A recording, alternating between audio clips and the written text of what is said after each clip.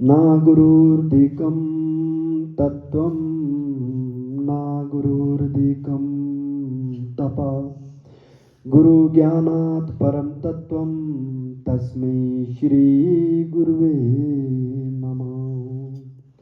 तस्मै श्री गुरुवे नमः। मन की जग में जीत है और सबन की हार, बिरलाई को जगत में जो सका है मन को मार। श्री प्रभु राम लाल जी की जय। श्री सतगुरुदेव जी की जय। शरणम।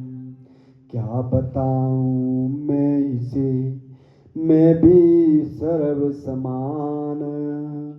जब मैं जाता हार हूँ प्रभु बचाते आन। श्री प्रभु राम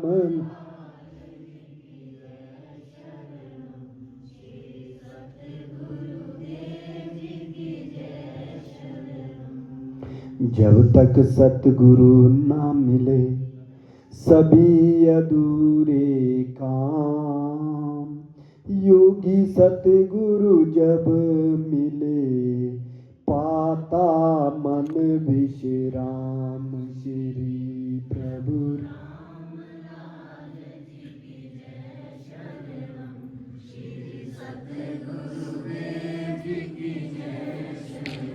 आनंदकंद भगवान परम पूज्य प्रातः स्मरणीय योगीराज सतगुरु स्वामी चमनलाल कपूर जी महाराज और उपस्थित सभी साध संगत के चरणों में मेरा कोटिश कोटिश नमन।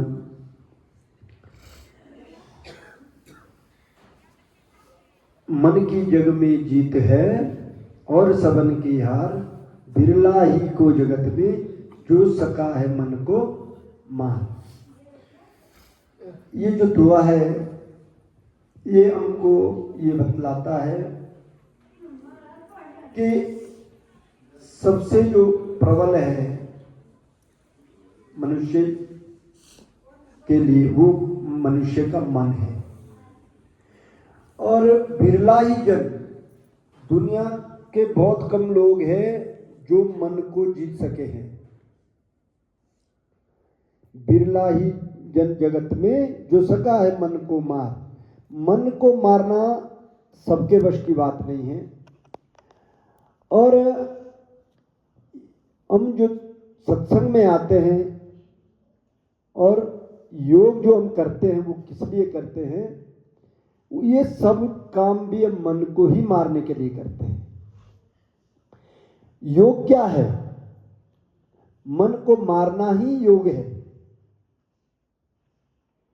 जिसने मन को मार दिया वो योगी बन गया। लेकिन मन को मारना इतना आसान नहीं है। इसीलिए कहा है कि मन की जग में जीत है और सबन की हार, बिरला ही को जगत में जो सका है मन को मार। भाई जगत में बहुत कम लोग हुए हैं जिन्होंने मन को मारा, और जो मन को मारता है वही समाधि को प्राप्त होता है, और जो समाधि को प्राप्त होता है वही मोक्ष को प्राप्त होता है। और जो योग है, योग का जो पहला काम है वो है मन को मारना, यानी मन को वश में करना। और मन वश में कैसे होता है? मन को वश में करने के लिए गुरु की आज्ञाओं का पालन करना पड़ता है। इसीलिए कहा है, दूसरा जो दुआ का है कि जब तक सदगुरु ना मिले सभी अधूरे काम, योगी सदगुरु जब मिले पाता मन विश्राम। मन कब रुकता है? मन को कौन रोक सकता है? मन को योगी सदगुरु रोक सकता है। जब तक सदगुरु ना मिले सभी अधूरे काम, सारे काम अधूरे होते हैं जब तक सदगुरु नहीं मिलता। तब तक हम भटक जाते हैं। मन भटकता है, दर दर भटकता है। जब कभी कोई कष्ट आता है, दुख आता है, तो कभी लगता है कि हमारे घर में कोई भूत प्रेत आ गया है, फिर वहां से मन भटक कर जाता है कि पता नहीं काली लग गई है, चिटिक पड़ गई है, पता नहीं क्या हो गया है। फिर माली के पास जाते हैं, वहां से भाग दौड़ के पंडित जी के पास जाते हैं, फिर देवता के पास जाते हैं। यानी मन जहां जहां मन करेगा वहां वहां इंसान भटकता है, भागता है, लेकिन उससे शांति नहीं मिलती और ना ही उससे सुख मिलता है। सुख कब मिलता है? सुख तब मिलता है जब मन रुक जाता है। मन सागर की तरह है। सागर में जब तक लहरें चलती है तो कोई व्यक्ति सागर के अंदर अपना चेहरा नहीं देख सकता। जब तक वो उसकी लहरें चलती है, तरंगें चलती है सागर की, जब तक वो हिलता रहता है, लाख कोशिश करने पर भी हम अपना चेहरा समुद्र के पानी में नहीं देख सकते। जब वो दिखता है तो टूटा हुआ चेहरा दिखता है, नजर नहीं आता, ढंग से पहचान में नहीं आता। लेकिन जब कभी सागर रुक जाता है, जब सागर शांत हो जाता है, तो बड़ी आसानी से जो है हम अपना चेहरा उस सागर में देख सकते हैं। और मन की भी वही स्थिति है। जब तक मन भागता है तब तक हम अंतर आत्मा के दर्शन नहीं कर सकते।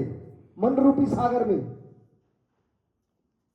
नहीं हो सकते दर्शन, क्योंकि वो भाग रहा है, उसमें तरंगे उठ रही है, लहरें उठ रही। लहरें क्या है? मन की, मन की लहरें हैं हमारे अंदर जो इच्छाएं, मनसाएं जो उठती है, वो मन की लहरें हैं।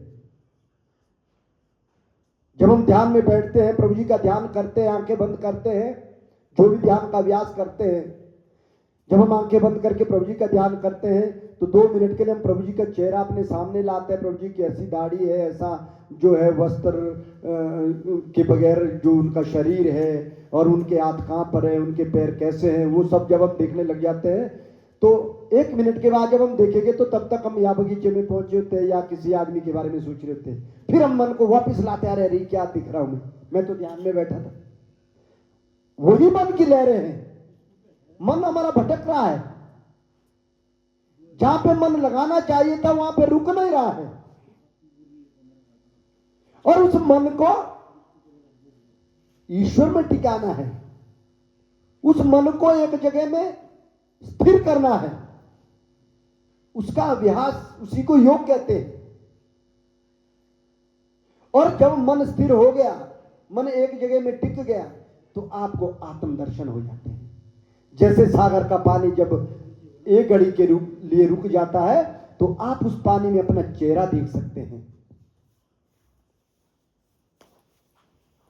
और जब तक वो हिलता रहता है, जब हम बावड़ियों में जाते थे पहले पानी निकालने टोकनी से, जब हमने पानी निकालना तो उस पानी में जो है लहरें उठती थी, तो हम नीचे अपना चेहरा नहीं देख सकते थे। लेकिन जब आप शांत, जिस वक्त बावड़ी का पानी शांत होता है, उस वक्त जब आप जाएंगे तो उस पर आप अपना चेहरा देख सकते हैं। तो ठीक वैसे ही जब मन की मनसाएं, इच्छाएं जब शांत हो जाती है, यानी जब आप सब कुछ सोचना छोड़ देते हैं, चिंताएं मिट जाती है। चिंताएं कब मिटती है? सोच इंसान की कब समाप्त होती है? जब वो चारों तरफ से संतुष्ट होता है। संतोष धन जिसको मिलता है, जिसके लिए मान और सम्मान और अपमान ये सब एक जैसे ही जो समझता है। जब ज्ञान की ज्योत इतनी जग जाए कि कोई आपको बुरा भी कहे तो आपको बुरा ना लगे, कोई आपकी तारीफ करे तो आपको खुशी ना हो, जब ऐसा भाव मन के अंदर आ जाता है, तब ही मन शांत हो सकता है। अन्यथा आपको किसी ने कुछ कहा, दिन को किसी के साथ आपका झगड़ा हो गया, बोल चाल हो गई, रात को जब आप ध्यान में बैठेंगे, 2 मिनट में प्रभु जी का स्मरण करने की कोशिश करेंगे, गुरु जी का, और 2 मिनट के बाद जब आप ध्यान से जागेंगे तो आपको महसूस होगा कि मैं प्रभु जी को तो देखा ही नहीं, मैं तो उस आदमी के बारे में सोच रहा था जिसने दिन को मेरे को गाली दी। फिर मन हमारा वहां जा रहा है कि उसने ऐसा बोला, अब क्या करूं उसके लिए, अब कैसे करूं, अब उसके लिए ये योजना बनाऊंगा, उसको कैसे नीचा दिखाऊं, उसका क्या नुकसान करूं, हम उधर चले जाते हैं।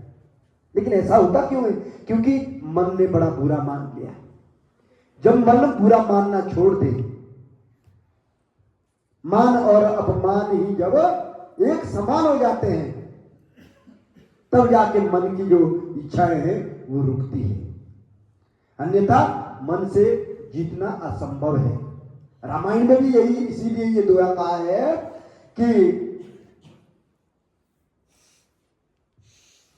मन की जग में जीत है और सबन की हार, बिरला ही जन जगत में जो सका है मन को मार।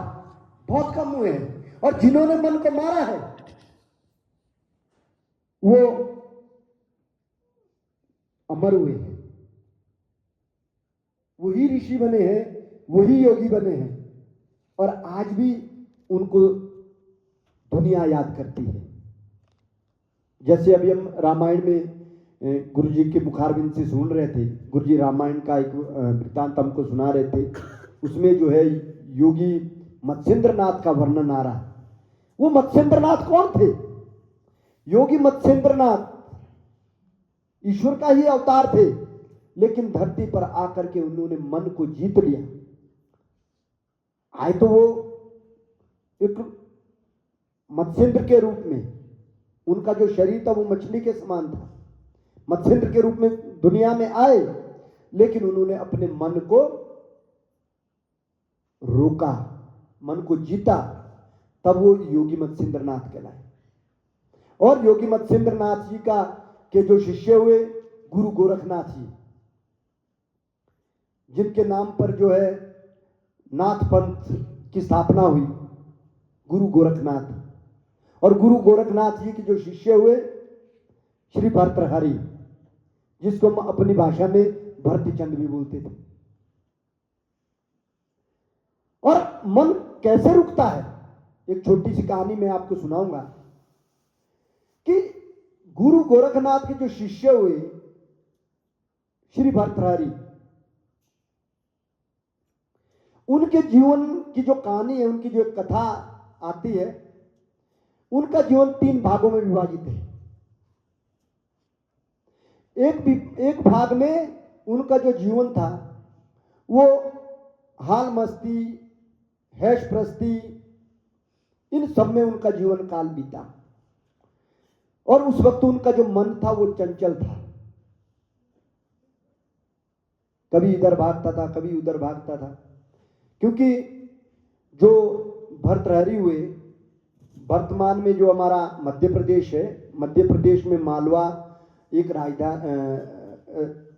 एक नगर पड़ता था, वहां के जो राजा थे चंद्रसेन जी, उनके पुत्र हुए भर्तृहरि। और उनका जो भाई था विक्रमादित्य, वो भी राजा हुए बाद में। लेकिन मन को कैसे उन्होंने शांत किया, वो ये कहानी मैं आपको बताऊंगा संक्षिप्त में। कि भर्तृहरि को जो है एक कन्या से प्रेम हो गया, उसका नाम पिंगला था। और क्योंकि भर्तृहरि का, जैसा कि मैंने कहा, उनका जो जीवन था वो पहला जो उनका जीवन था वो ऐश प्रस्ती, मौज मस्ती, इन चीजों में उनका गुजरा। और उसके बाद उनका गृहस्थ में जीवन जो उनका था, तो वो जीवन उनका जो है चिंतन में गुजरा। और चिंतन के बाद जो है मन को शांत करने के लिए उन्होंने संन्यास ग्रहण किया। फिर तीसरा जीवन उनका संन्यास का था। तो 3 भागों में उनकी जीवनी को विभक्त किया गया। तो उनकी जो पहला जो जीवन था, उनको जब रानी पिंगला से प्रेम हो गया, उस वक्त वो खाने पीने में मस्त थे। अपने भाई के साथ वो जो है शिकार खेलने चले जाते हैं जंगलों में। तब उनको धर्म का भान नहीं था, पाप पुण्य का ज्ञान नहीं था, और एक राजा का पुत्र था, राजकुमार था। तो अकड़ हुई थी कि हमको जो है जंगल में जा करके पंछी को मारना है, ये करना है, वो करना है। तो उनका जो है पिंगला जी से जो है वहां पे उनकी मुलाकात हो गई, और पिंगला जी से उनको प्रेम हो गया। और प्रेम इस कदर हो गया कि वो राजपाट माता पिता सबको छोड़ने के लिए जो है तैयार थे पिंगला के लिए। यानी दुनिया में उनको अगर कोई सबसे प्रिय कोई थी तो वो पिंगला थी, माता पिता से भी बढ़कर वो पिंगला से प्रेम करते थे। जब उनका विवाह हुआ, पिंगला को घर लाया तो राजपाट जो है उनको मिल गया, वो राजा बन गए, राज्याभिषेक हुआ। उसके बाद जो है वो कोई भी फैसला लेते थे तो पहले पिंगला को पूछते थे कि कहीं पिंगला के मन को ठेस न पहुंच जाए। अगर कोई चोरी भी करता था उसको क्या सजा देनी है, पहले पिंगला को पूछते थे, क्योंकि उनको पिंगला से प्रिय कोई था ही नहीं दुनिया में। तो एक दफा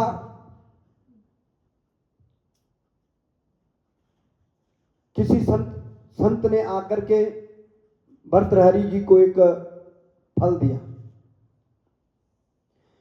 कि महाराज ये मेरी शक्तियों द्वारा और मेरे मंत्रों द्वारा आमंत्रित जो है फल है, ये आपके जीवन को आजीवन आपको खुशहाल बनाने में समर्थ है। आप इस फल को ग्रहण करें, आप पूरे जीवन में जो है यौवन अवस्था को नहीं खोएगी, आप हमेशा जवान रहेंगे, आपके अंदर ऐसा ही जो है यश रहेगा, आपका ऐसा ही जो है शक्ति रहेगी इस फल को खाने से।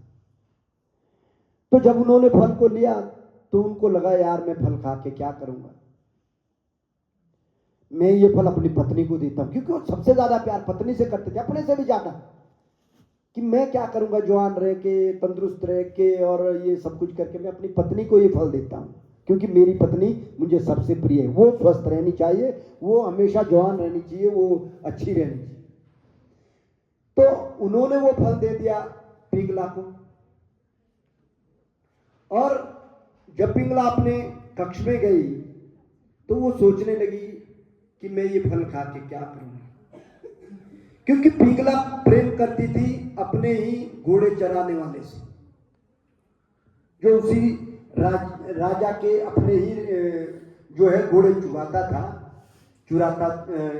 चुराने के लिए ले जाता था, देखता था, घोड़ों का काम जो देखता था। राजा के वहां बहुत सारे नौकर चाकर होते थे, तो उसको लगा कि क्यों ना मैं ये फल उस नौकर को दूं ताकि वो हमेशा जवान रहे, सुंदर रहे, और उसने वो फल दे दिया घोड़े चुगाने वाले को।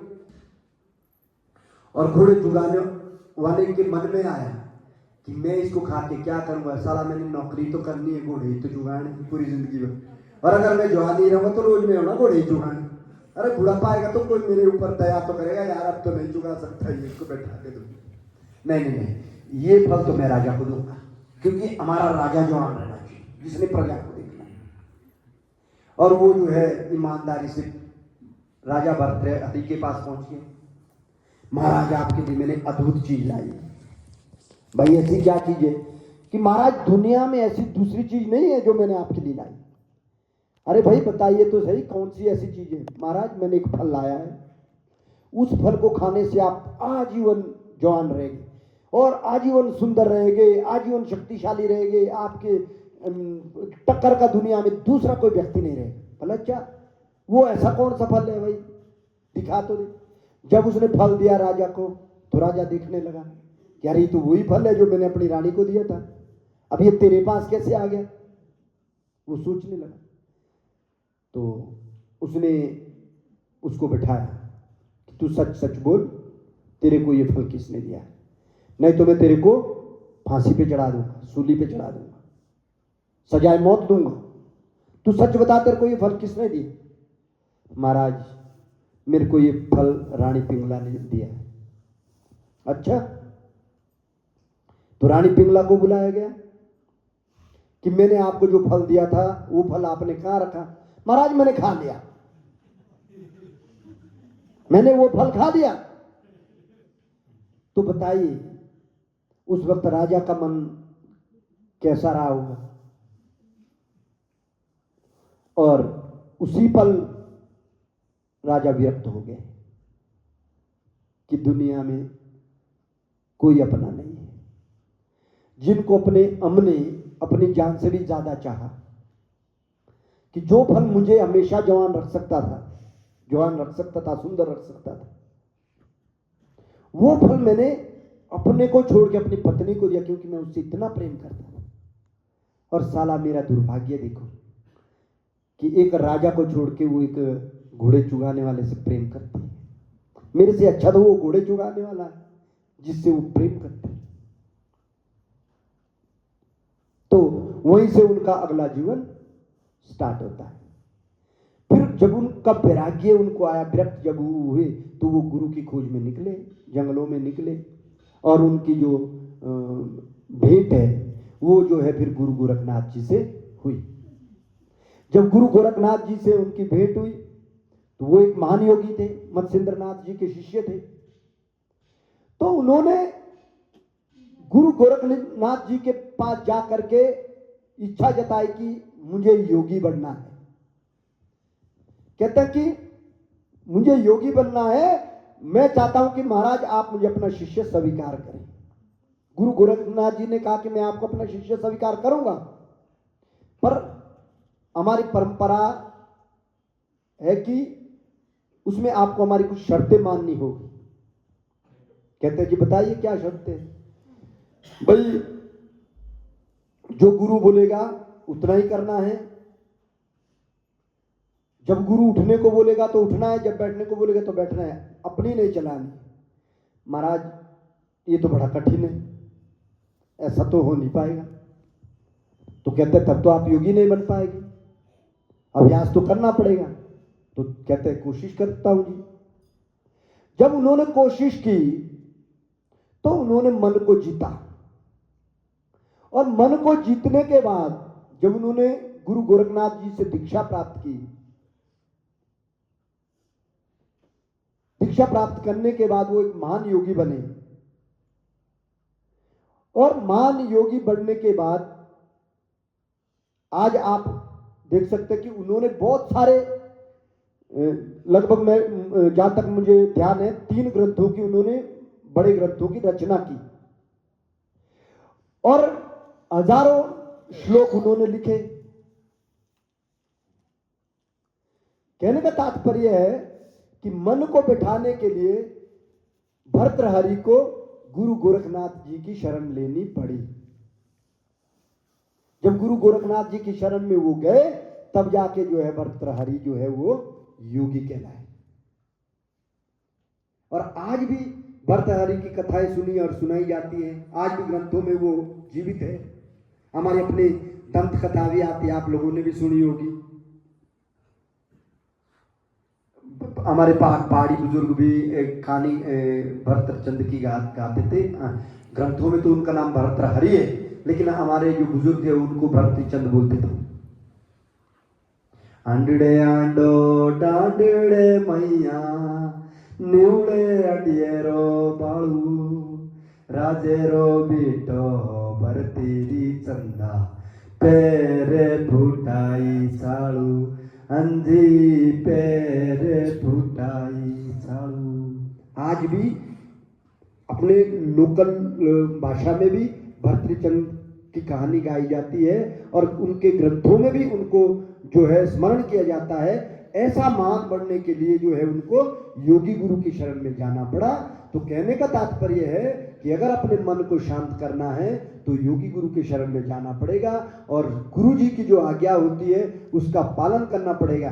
गुरु जी मुख से कह दे वो तो अक्षरशः पालन करना ही है, लेकिन गुरु जी कहना क्या चाहते हैं, जब तक हम ये समझने में सक्षम नहीं होंगे तब तक हम पार नहीं कर सकते।